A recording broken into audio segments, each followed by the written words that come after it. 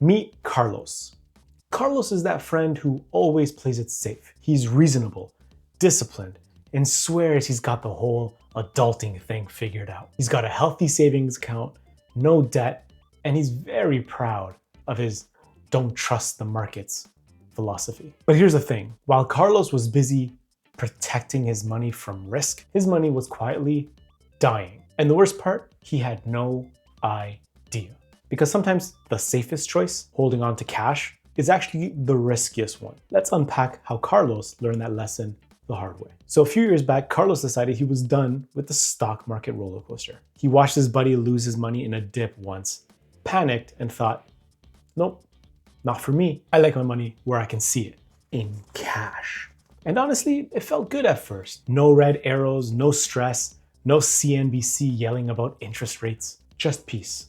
He had enough saved to cover emergencies like car repairs, job loss, or the occasional I deserve a new PlayStation moment. It was comfortable, predictable, even a little responsible. But here's where Carlos messed up. He stayed in that comfort zone for years. And comfort zones, that's where your wealth goes to like take a nap and die. Fast forward 3 years, Carlos is still stuck stacking cash like it's 1999. He's got $40,000 sitting in a high interest savings account, except inflation's been partying while his money's been asleep. Groceries, up.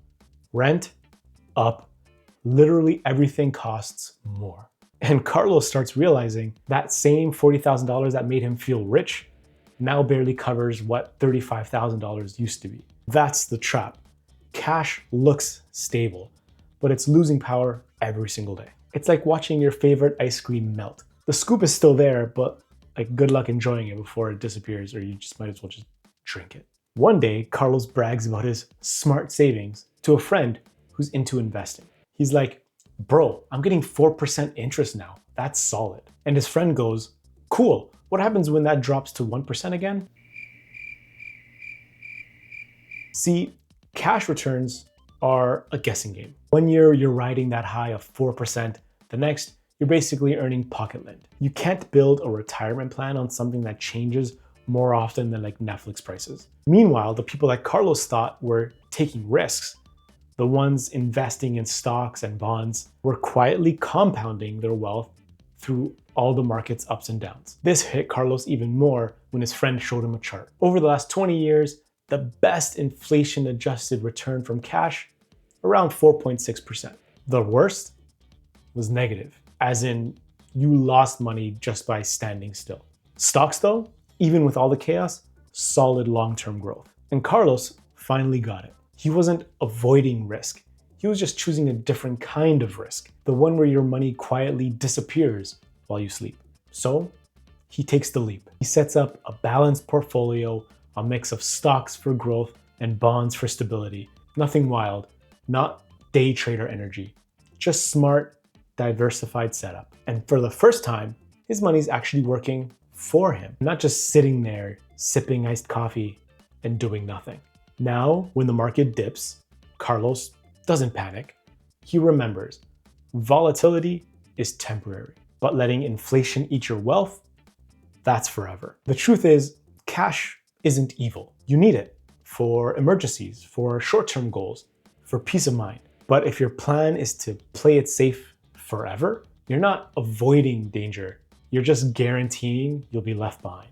Carlos learned that the hard way. And if you've got a pile of cash sitting around collecting dust, maybe this is your wake-up call too. Because your future self doesn't want stability. They want freedom. Freedom doesn't come from hoarding cash. It comes from making it work. Keep enough cash to handle life's curveballs, but put the rest to work. Stocks, bonds, ETFs, whatever fits your goals. Because the real risk isn't the market dipping for a bit. It's waking up 10 years from now and realizing your money never grew. Hope you enjoyed today's video. Thank you very much. Let me know if you like this style and like storytelling. This was fun to write, I'm not gonna lie. Poor Carlos. Carlos was basically me. But if you made it to the end of this video, you're the ones that I care about the most, and I love you. But yeah, thanks for watching, and I'll see you guys next week. All right, and that's a wrap for Carlos. That's a wrap on Carlos. Thank you.